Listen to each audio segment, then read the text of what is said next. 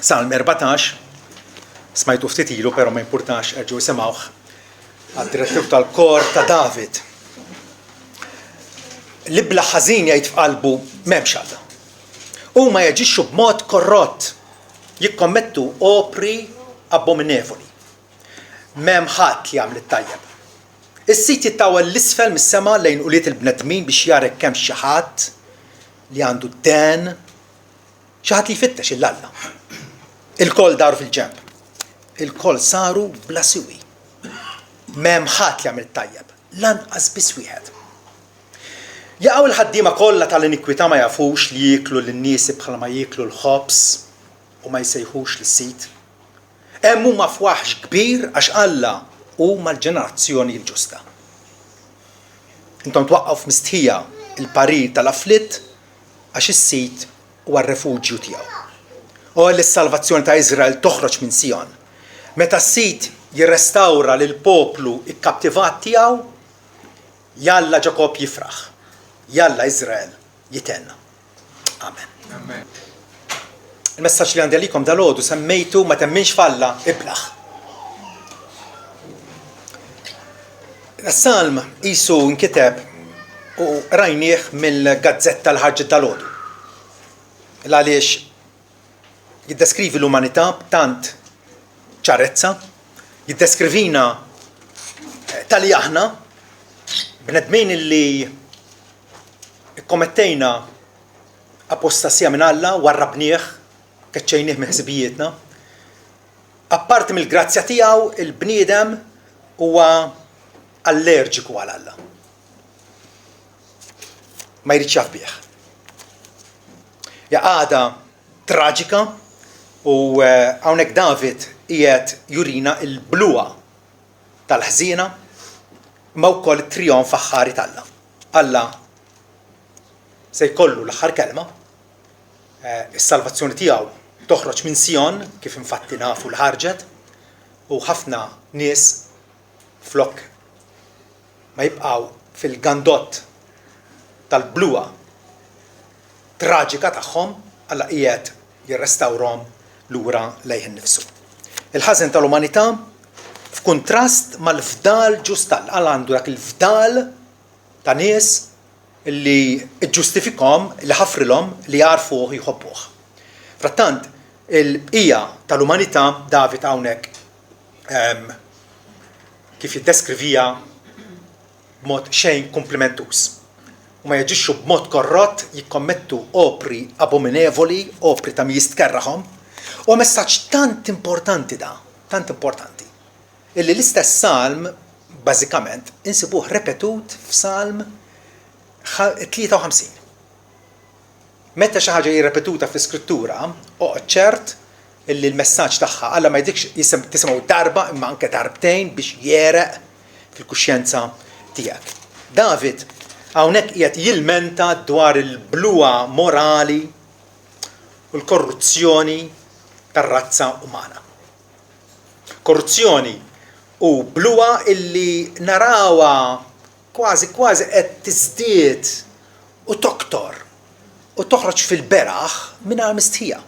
Il għaliex mhijiex bluwa jekk tajt illi tarbija għax ma tistax iddefendi l-anfisha għax għadha f'ġuf omma tista' toqtolha u tibagħatha fl-inċineratur tal-isptar. Mhijiex bluwa morali din. U mhijiex bluwa morali illi taħseb jew jidhirlek li anke għandek id-dritt illi terġa' tagħmel formulazzjoni ġdida ta' żwieġ li Alla stabbliċċa mill-bidu u li tajt li raġel u raġel jiffurmaw żwieġ bejniethom jabluha. Anke sens komun jgħidilna illi din hija bluwa. Il-bluwa tal-bniedem, il-Bibja infatti tiddeskrivi l-bniedem bħala inventur tal-ħażen. Jivvinta l-ħażen. Mhijiex bluwa illi tidħol fi żwieġ sakemm jaqbillek kif isir minn ħafna u ħafna nies. Din hija l-bluwa morali tal-umanità u frattant David ukoll isemmalna dik il-nota ta' soluzzjoni divina. Hemm rimedju iva. L-istampa hija kera, l-istampa hija negattiva ħafna, però tiftakru l-ġimgħa l-oħra x'għadna li l-erf kollu jinġabar fil-li tkun taf il-Alla u tkun taf lek innifsek. Walla qed jagħmlilna l-ikbar pjaċir hawnhekk, qed jgħidilna dan huwa int apparti l-grazzja tiegħi. Int mingħajri hekk inti. Inti korrott, tikkommetti opri abominevoli u ma tagħmilx it-tajjeb. Għalkemm il-bniedem għandu opinjoni għolja tiegħu innifsu u pożittiva ħafna tiegħu innifsu xi ħaġa li jippromovuha anke fl-iskejl mill-ġurnata, illi ikollok stima tajba tiegħek innifsek l-ewwel qabel kollox. Frattant Alla l-evalwazzjoni tiegħu hija totalment differenti. M'hemm ħadd li għandu d-den, m'hemm ħadd li jfittxu. U allura hemmhekk hija tfalli milli tkun għaref. Bir-raġun David isejjaħ lil dawn in-nies boloħ. Boloħ. Illum il-ġurnata wkoll qed tiżviluppa fenomenu fejn għandek nies illi jagħmluha l-kruċjata ta' ħajjithom biex jikkonvinċu ħadd ieħor li Alla ma jeżistix. Aħna nsejħulu ateizmu dommatiku. Jiġifieri nies li bla mistħija u b'mod affermattiv jgħidulek Alla ma jeżistix. Alla ma jeżistix. Xi ħaġa li hija totalment kontra x-xhieda tal-Iskrittura, illi fija Alla urina lil nnifsu u x'inhi r-rieda tiegħu għalina. Imma wkoll joħodha kontra d-dawl tan-natura. Għax il-bniedem jaf fih innifsu, Alla żvela l-eżistenza tiegħu l-għonet bil-fatt li hawn univers, hawn dinja, hawn aħna minn ġejna.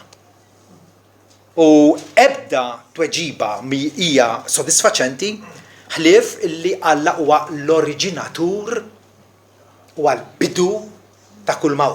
Ukoll naraw illi hawn disin, hawn għan, il-fatt li hemm l-ilma u l-art u l-pjanti u l-annimali u għandek ekosistema, kollox huwa ddisinjat biex il-ħajja tkompli. Mnejn ġi tad-disin b'kombinazzjoni jew hemm disinjatur li aħna nsejħulu Alla. Ukoll il-fatt li nafu fina nfusna x'inhu tajjeb u x'inhu ħażin, uħossuna sodisfatti meta nagħmlu t-tajjeb. Uħossuna mkabra meta nagħmlu il-ħażen. Mnejn ġie das-sens? Il-kuxjenza tagħna mnejn ġiet? Għax hemm leġislatur. Għax hemm xi ħadd li tagħna liġi fina nfusna.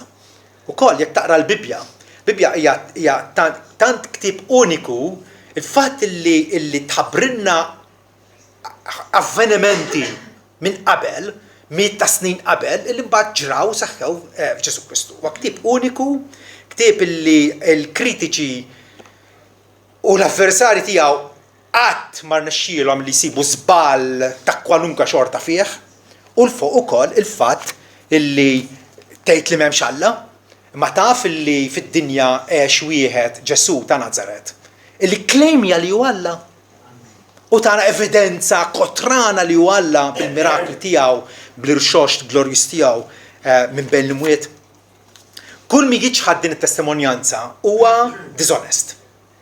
Huwa disonest u jasal biex jadotta stil ta' ħajja korrotta. Il-fatti l-imġiba ħażina tħajrek tajt m'hemmx Alla. U jekk inti tibda milli tajt m'hemmx Alla, allura inti ħatħossok liberu li tagħmel li trid u li jfettillek. Sewwa qal l-awtur Russu Dostojevski jekk m'hemmx Alla kollox huwa permissibbli. M'hemmx Alla? Mela jiena nista' niġi u inti għajrlek rasek. Minu sidi?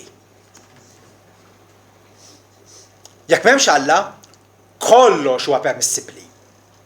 Il għaliex inti tajt mhux sewa tagħmel hekk, imma għali is-sewa tiegħek forsi huwa ħażin tiegħi, u l-ħażin tiegħi huwa sewa għalik. Hemm standard.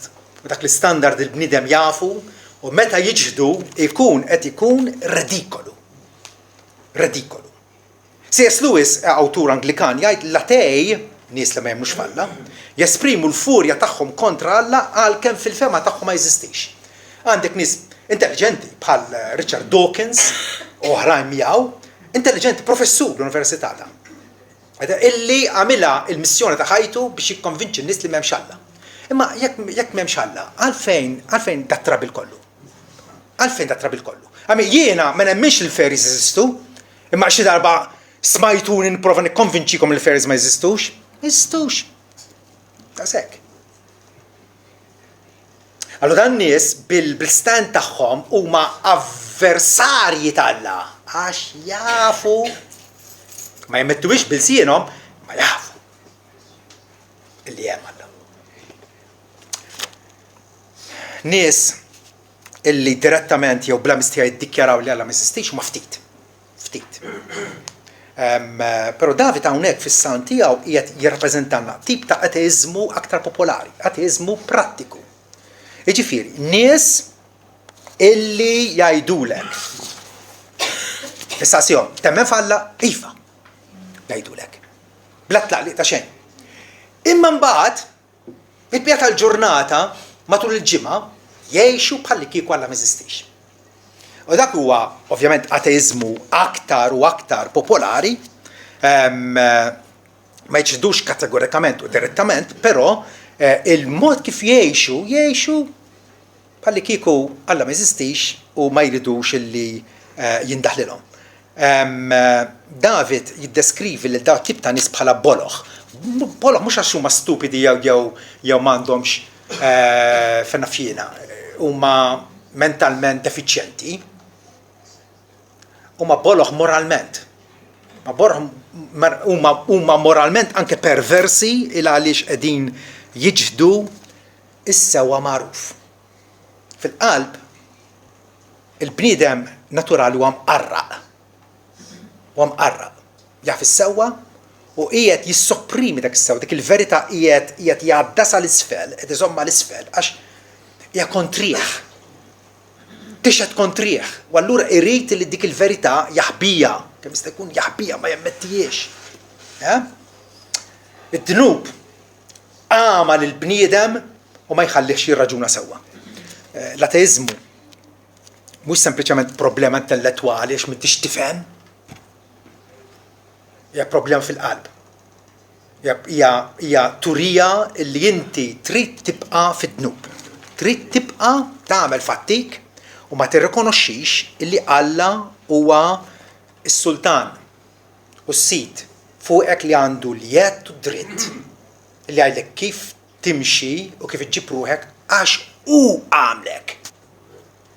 U int tiegħu. U għalhekk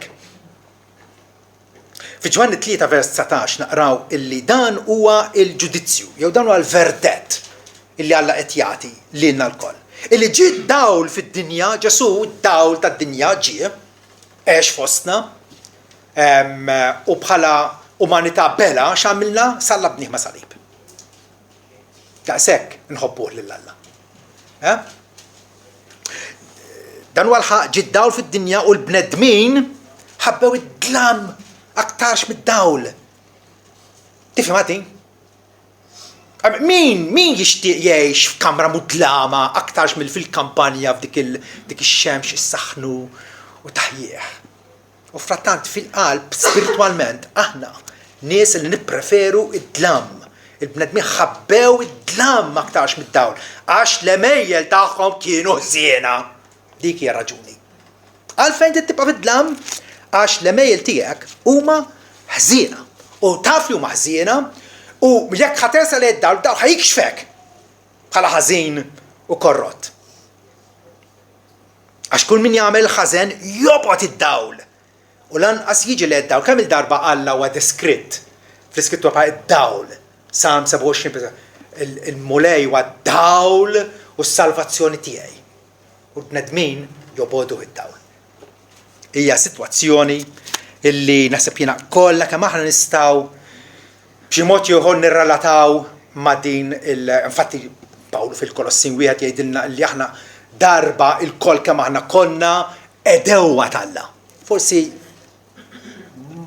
konxjament ma niftakrux li konna edewwa tal-Alla imma hekk jgħid. Konxjament jew inkonxjament. Xi ftit jew konna edewwa tal-Alla. Jien niftakar ta' meta kelli xi 17-18 sena, kont niddubita l-eżistenza tal-Alla. U għaliex kont niddubita l-eżistenza tal-Alla llum nifhem il-għala. Għax kont pastas, kont ipokritu, ma sħabi ngħix mod, qudiem il-familja tiegħi ngħix mod ieħor. Il-sini kill-laxk, żgur li tiddubita. Għax Alla il-preżenza tiegħu ssir skomda għalik. Tibda tittikak l-idea ta' Alla. U n-nies illum il-ġurnata bħal fil-ġenerazzjoni l-oħra, fil-waqt li jippretendu li huma rrif, Rumani 1 vers 22, jikklejmjaw li huma rrif, fil-fatt huma boroħ. Għaliex minn flok Alla x'jiġri flok ma iżommu lill-Alla fil-fema tagħhom, u flok ma jagħtu qima jħobbu lill-Alla u jobduh, isawru għal infushom allat inventati. Bħalli kieku l-allat li jinġarru fuq l-ispallejn tal-karta pesta jew tal-ġebel jew tal-metall dawk huma allat ta' vera. Dik għall-bluwa tal-bniedem, l-idolatrija l-bniedem isawwar jivvinta Alla jew allat għalih innifsu meta jaf illi mhumiex vera dawn.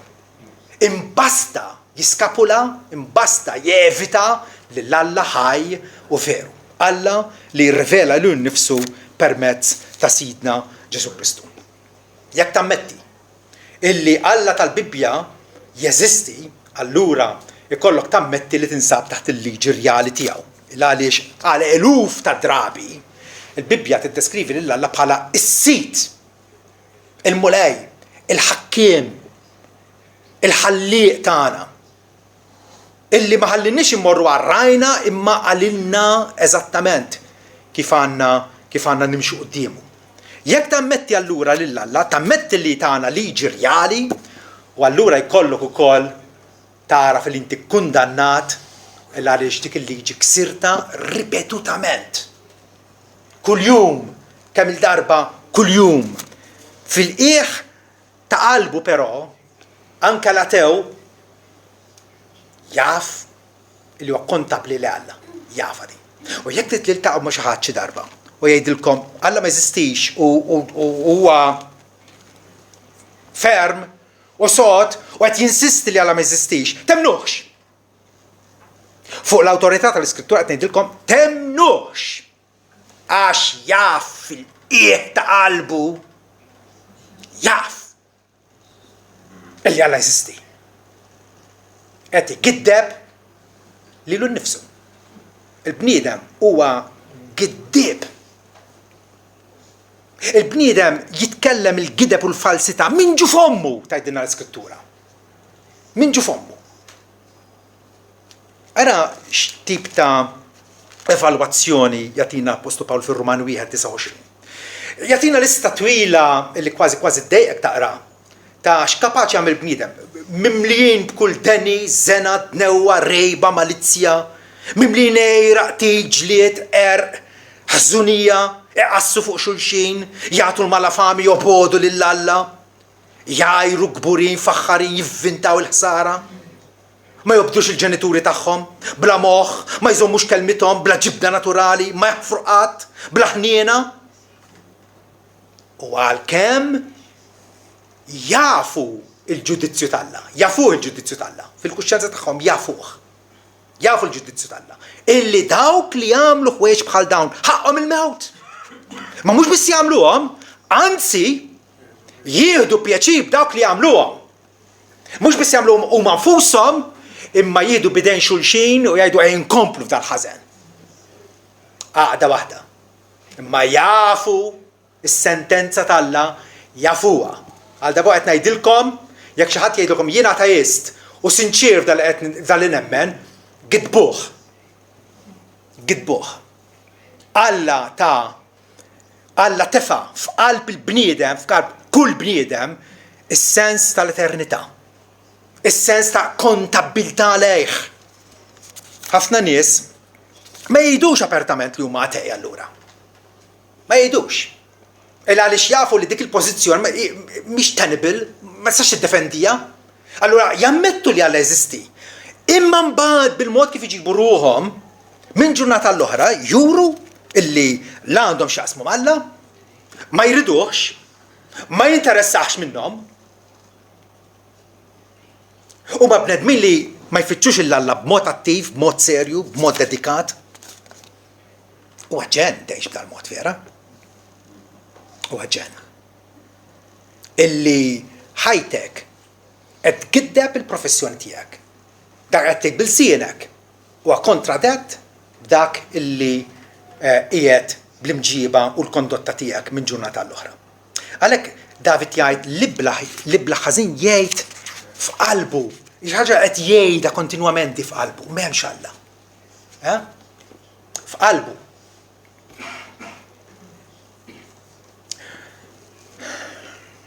Ma jiġruħx bil-sierhom iżda b'imġibithom. La jqimuh u laqqas jitolbuh. Prattikament jeżiljaw fi smewiet, din hija l-idea popolari kontemporanja tal-lum. Alla hija Alla, hemm spiritu deskrivi kif trid. Però huwa fi smewiet qiegħed hemmhekk u nirrikorru għalih meta għandna bżonnu.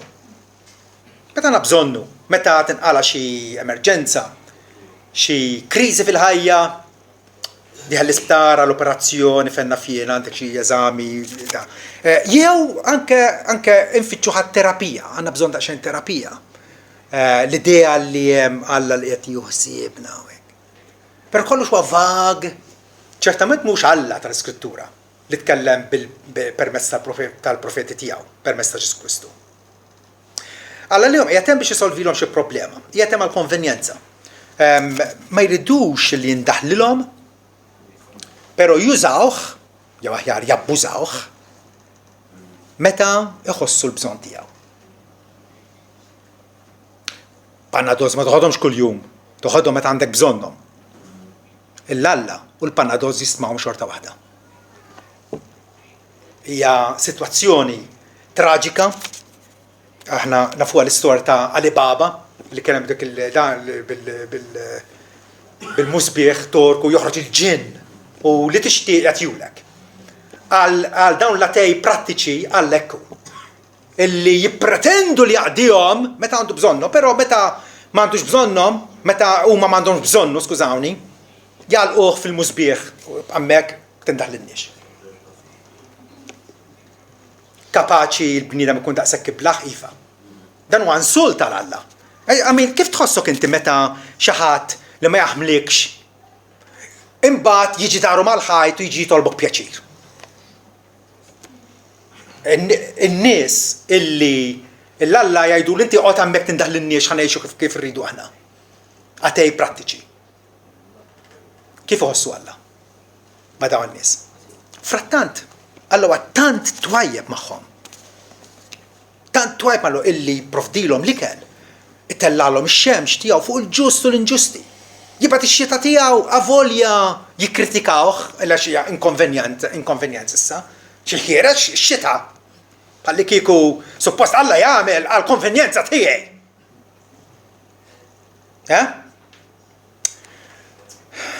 Da parti dawn nies la jixtiequ kuljum, la jħobbuh b'qalbhom kollha, la jimmeditaw fuqu, la jirrispettaw l-liġi tiegħu. Infatti ħajjithom hija liġi għalihom fushom. Dak li jidher li jien, dak li naħsibha jien li huwa tajjeb. U jiena nagħtik ukoll dritt li taħsibha inti, kif taħsib inti jagħmel inti wkoll. Autonomi, liġi għalihom fushom, l-agħar ħaġa. Mhumiex nies attivi biex joġbuh. Konsegwentament il-moralità tagħhom hija laxka. Ir-riżultat meta l-Alla eżiljajtu, barrejtu, keċċejtu l-barra mill-sibijiet tiegħek, ma tridux fajtek. Imbagħad hemmhekk allura l-imġiba tagħna ssir korrotta. Vers 4 ara xajt jaqgħu l-ħaddiema kollha tal-inikwità jew tal-ħażen ma jafux, ma żgur jafu. Jaqgħu l-ħaddiema kollha tal-inkweta ma jafux li jieklu lin-niesi bħalma jieklu l-ħobs u ma jsejħux lis-sit. Alla qed jakkużhom żewġ affarijiet. Jieklu lin-niesi bħalma jieklu l-ħobs, jippersegwitaw lin-niesi. Jimmaltrattawhom. U wkoll ma jsejħux lis-sit. Meta taf lis-sit jetem imma la tinvokah fil-qima tiegħek, la tersaq lejh, la tfittxu. L-infidili spiss jisfruttaw nies oħra mingħajr ma jħossuhom ħatja. Huwa naturali għalihom illi daqskemm wieħed jiekol il-ħobs. Meta jiekol il-ħobs qed tagħmel xi ħaġa bl-ħsieb għalik hija xi ħaġa naturali. Ma aktar minn hekk id-delizzju tagħhom huwa li jitmasħru jwaqqgħu għaċ-ċajt il dawk li għandhom il-biża' tal-Alla f'ħajjithom. L-avversità bejn Kajjin u Abel ġrat minn kmieni u għadha tiġri llum. Għadha tiġri llum. U li tiddawl u li tidlam.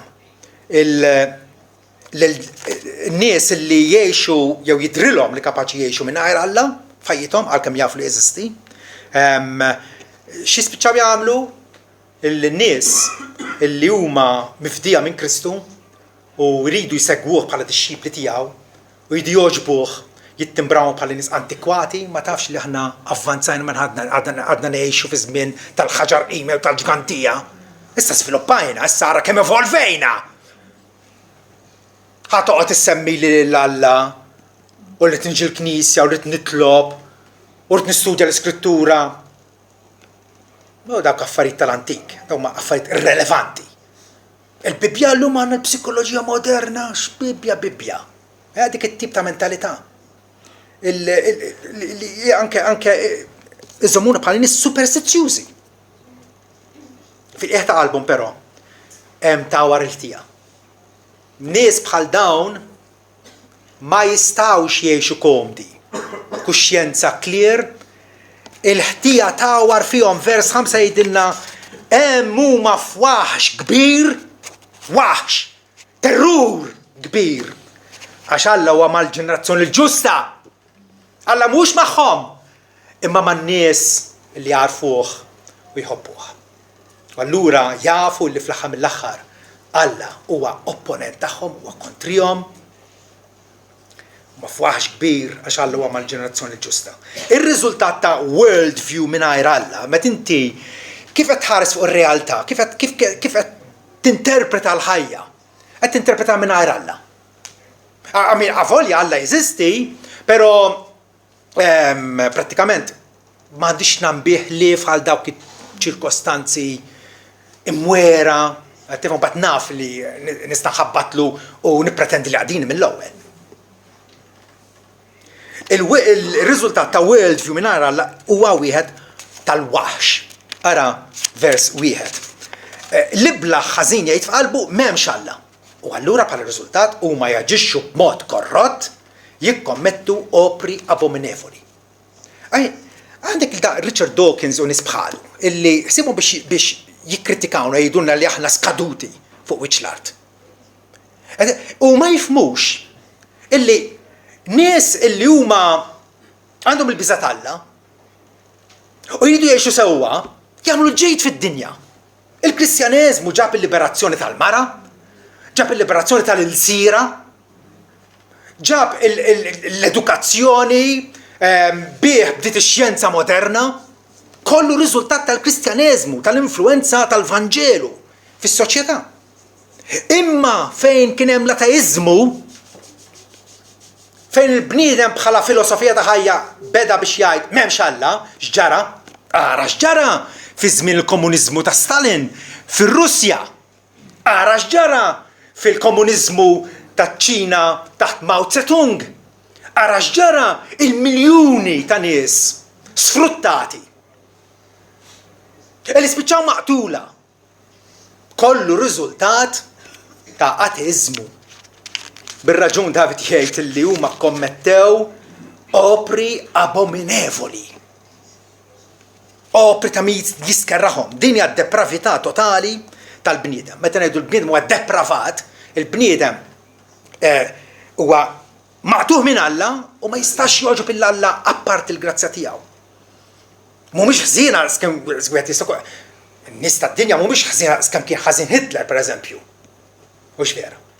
Imma x'Alla irażżan il-bniedem, irażnu.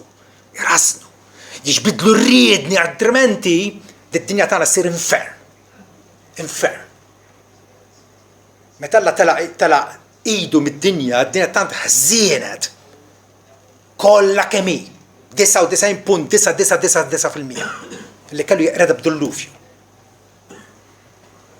Id-dnub tant infetta l-bniedem f'kull fakultà tiegħu, fir-rieda tiegħu, allura ma jridx jobdih l-Alla, fl-intellett tiegħu iwarbu, emozjonalment ifittex il-kun ferħan fil-ħmerijiet u t-trivjalitajiet tad-dinja, flok falla illi qudiemu hemm il-preżenza hemm il-milja tal-ferħ, fl-emozzjoni tiegħu, fil-qalb tiegħu, fil-kuxjenza tiegħu, anke f'ġismu stess.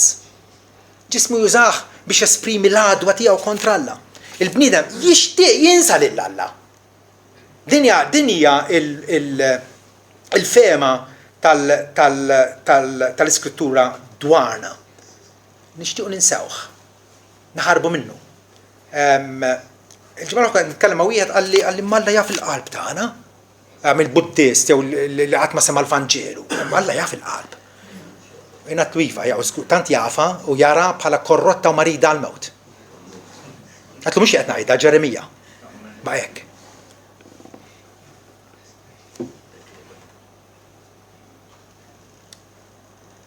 Il-bnija miex jinżal l-Alla, imma Alla mistax jinżal jenna.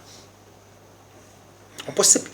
Is-sit jittawa l-isfel mis-sema vers 2 lejnu li t-bnadmin biex jarek kemm xi ħadd li għandu den, xi ħadd li jfittex il-Alla.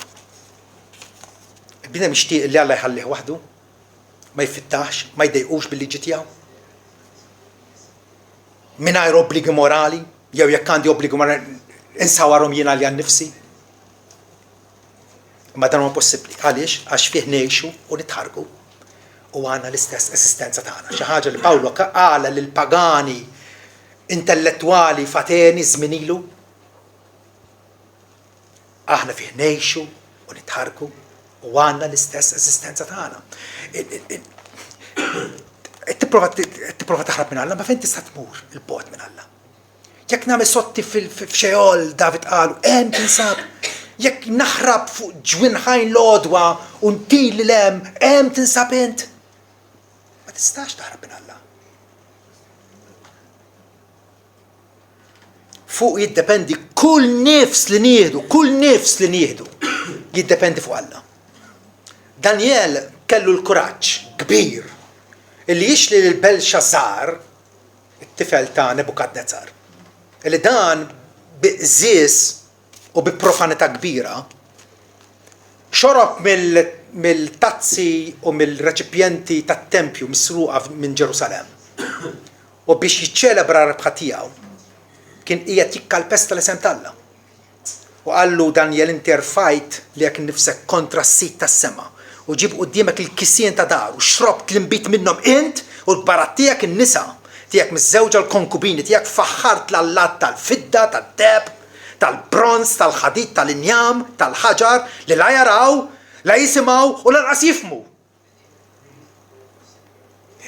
U l-Alla li fidejh qiegħed nifsek u t-traqat kollha tiegħek int ma glorifikajtux. Kellu bżonn ikollna dal-kuraġġ l-aħwa. Il-soċjetà tagħna nikkonfrontaw b'dal-mod. Qegħdin issawru Allata li konfuskom u l-Alla l-ħaj. Il-ħalliq tas-sema u l-ard. Qasbis tirrikonoxxuh għax ivvintajtu din il-ħrafa tal-evoluzzjoni, kollox ġie mix-xejn, kollox ġie b'kombinazzjoni. Alla li fidejh qiegħed nifsek ma glorifikajtux. Tista' tkun xi ħaġa qar minn hekk? Il-bniedem jidhirlu huwa tajjeb. Alla jgħid le, int ħażin ħafna. Il-bniedem ma jfittix l-Alla ħaju veru. Imma jfittex aktarx li jsawwar Alla konvenjenti u ma niġibli għalih innifsu. Din hija l-essenza tal-idolatrija. Kif tidher fir-reliġjonijiet tad-dinja infatti. Ħlief fejn ippenetra l-Vanġelu ta' Kristu. Fejn il-Vanġelu ta' Kristu daħal u kien milquh hemmhekk hemm id-differenza iva. Fejn tirrenja l-grazzja tal-Alla l-umanità taqleb ħafna l-aħjar. Mingħajr Alla fejn Alla mhux rikonoxxut. L-umanità hija deżert spiritwali mingħajr oasi. Deżert spiritwali. Mingħajru l-umanità hija lejl mingħajr liċken kewba. Mingħajru l-umanità hija munzell demel illi jista' jkun miksi bil-borra. Borra hekk bajda sabiħa. Però dak il-munzell tad-demel xorta waħda jinten. Għana nistgħu nlibsu li nfusna b'ċertu għata ċivili, nkunu edukat ma' xulxin. Nieklu bis-sikkina u l-fruketta mhux bidejna. Allura hemm ċerta filox xirqiq illi għamilna rispettabbli ma' xulxin. Frattant nibqgħu munzell demel jinten quddiem Alla. Miksi bil-borra, iva.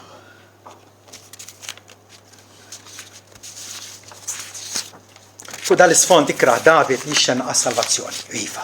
U għana wkoll. Vers 7 David jgħid l-salvazzjoni ta' Iżrael toħroġ minn Sion. David għex 1000 sena qabel ma twieled Ġesu. U kemm xtaqa. Mulle, ma taħdibat is-salvazzjoni tiegħek. Meta xmun fit-tempju qabad it-tarbija Ġesu minn għand Ommu Marija. Mulle jista' tista' tieħu l-qaddej tiegħek. Fistim għax ħajnejha raw is-salvazzjoni li inti bat lill-Iżrael, dawl tal-ġentili. David qed jixxenna għad is-salvazzjoni. David ra tama, ħares il-qudiem għal dak iż-żmien meta s-saltna talla tkun stabbilita fuq l-art u dis-saltna għad tikber u tibqa' tikber u tibqa' tikber sakemm l-art kollha fi-żmien li ġej mal-miġi ta' Kristu, l-art kollha mbagħad tkun miksija bit-tarif tal-glorja ta' Alla bħalma l-ilma jgħaddi l-ibra. Dik hija t-tama illi Alla jagħtina. Bħalissa ninsabu f'minoranza il-fdal illi l-fiduċja tagħna hija f'Jaħwe, hija f'Alla il-ħaj u nistennew il-ħelsien imwiegħed. Dak il-ħelsien ġie. Għarafna illi l-ħelsien ġie f'Ġesu ta' Nazaret. Illi darba daħal fis-sinagoga qabad il-ktieb ta' Iżajja beda jaqra minnu l-ispirtu tal-mulej wa fuqi għax huwa dilikni biex inxandar il-ħelsien lil-foqra. Inxandar il-dawk li huma fil-ħabs biex ikunu liberati. U Ġesu gebbeb il-ktieb lura taħ l-attenti għallhom dak li kif rajtilkom seħħ f'idnejkom illum. Jien huwa is-Salvatur.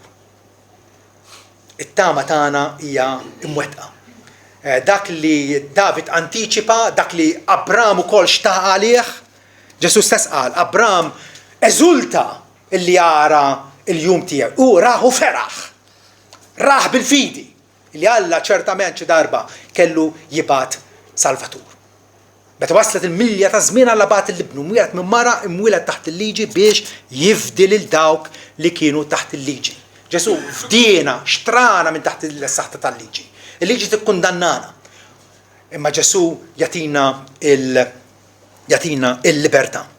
Mela fuq dan l-isfond Salm 14, sfond ta' tradiment kontra Alla, immoralità fil-preżenza tiegħu, apostasija u ateizmu, il-Vanġelu jinstema vera ħelu. Vera ewla.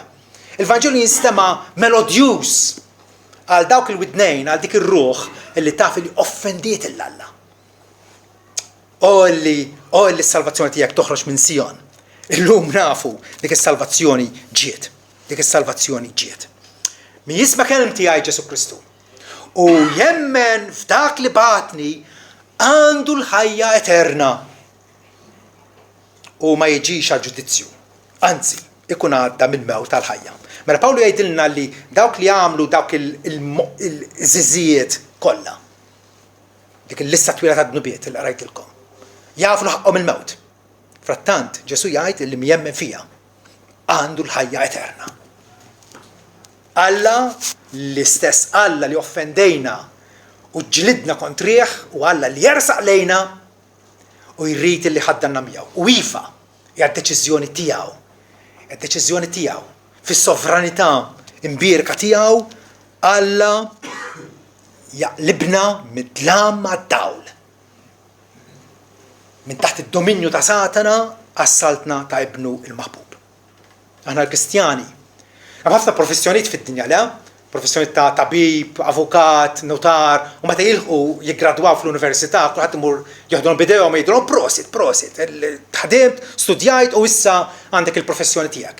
Però aħna l-Kristjani, l-unika professjoni fid-dinja illi ma nistgħu ngħidu ebda krettu għal dak li ksibna.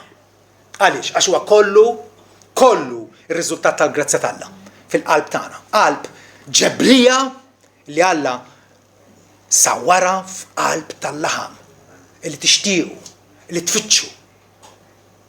Ġagbu wieħed vers 18 jgħidilna għax rid Alla. Welidna bil-kelma tal-verità ħalli nkunu speċi tal-ewwel frott fost il-kreaturi kollha tiegħu. Mela mhux veru illi Alla jiddeċidi għalik biex issalva, ix-xitan jivvota kontrik biex tintilef u inti għandek il-vot u tagħmel bih li trid. Mhux veru xejn. Bir-rieda tiegħu. Għaliex? Għax ir-rieda tiegħek kif jgħidilna f'Salm 14 hija mħassra. Hija imjassra. Hija skjava tad-dnub. U ma tistax int bis-sempliċi deċiżjoni tiegħek taqlibha. In-natura tal-bniedem hija ħażina u allura huwa Alla. Tiftakru Ġesu x'qal? Ħadd ma jaf il-missier. Ħadd ma jaraf il-missier li f'liben u dak li liben irrid jarrafulu. Jekk ma narfux dan, jekk aħna ma nammettuwix din, ifisser illi għadna ma fimniex il-qalba tal-Evanġelju. Huwa Alla li jersaq lejna. Aħna qegħdin niġru minnu u Alla jfittixna. Ngħid għalija irrid ninkludi l-ħalliq u Salvatur tiegħi fi ħsibijieti kontinwament. MacArthur jgħid bħala Kristjani naċċettaw verità fundamentali waħda. Alla. Mela hekk nibda kollox. Alla. Naċċetta dik il-verità fundamentali, verità li hija pedament għal kollox. Hemm Alla. U allura il-bqija jagħmel sens. Atew wieħed li ma jinxfalla, jiġħad il-Alla u jkollu jaċċetta spjegazzjonijiet inkredibbli għal kollox. Irrid ikollok fidi akbar biex tiċħad il-Alla milli biex temmen fih. Trid tkun aktar almus u trid tħabber rasek kif li hemm Alla infinit, Alla etern, li ġab l-univers fl-eżistenza u għamel bnieda fuq xbija tiegħu, naċċetta. Il-Bibja tajt. U hekk hu. Imma neħħi lill-Alla. Kif ħad nispjega kollox? Kif? Impossibbli. Fl-istess ħin, iva, irrid niftakar li fittix lill-Alla iva, fittix imma għax feċni u l-ewwel. Għax feċni u l-ewwel. Skont il-grazzja tiegħu lejja, mhux għax kelli xi potenzjal jew indejt bih bl-aħjar mod possibbli, jew aħjar ma' ħadd ieħor. Le, jiena mingħajr il-grazzja naqa' f'dik id-deskrizzjoni ta' Salm 14. Iblaħ, nikkommetti atti abominevoli, korrott fil-qalb u fl-opri kollha tiegħi. Imma Alla jfittex il-bniedem. Iżajja huwa kuraġġjuż wisq u jgħid kont misjub minn dawk li ma kinux fittxuni. Salm 14 jgħid, le vera? Alla jittawwa l-isfel mis-sema fuq liet il-bnedmin biex jara jekk hemm xi ħadd jfittex il-Alla. U hekk jgħid li jiena instabt minn dawk li ma kinux ifittxuni. Immanifestajt ruħi l dawk li ma kinux jistaqsu għalija. Ma nistgħux ngħidu, allura jekk Alla ma jfittixniex mela x'nista' nagħmel jiena. M'għandix ħtija. Żgur li għandek ħtija. Żgur li għandek ħtija. Għax idnu għamiltu int vilment għax ridt u ripetutament mingħajr indima. Fatti, ikompli jgħid imma għal-Iżrael jgħid il-jum kollu mattart idejja lejn poplu diżubbidjenti u stinat. Il-bniedem dejjem hu responsabbli ta' emilu. U għallajt, il-bniedem jibqa minna ma jrid jaf bih għax u stinat. U stinat. X'differenza jagħmel il-Vanġelu f'ħajtna x'vera aħwa?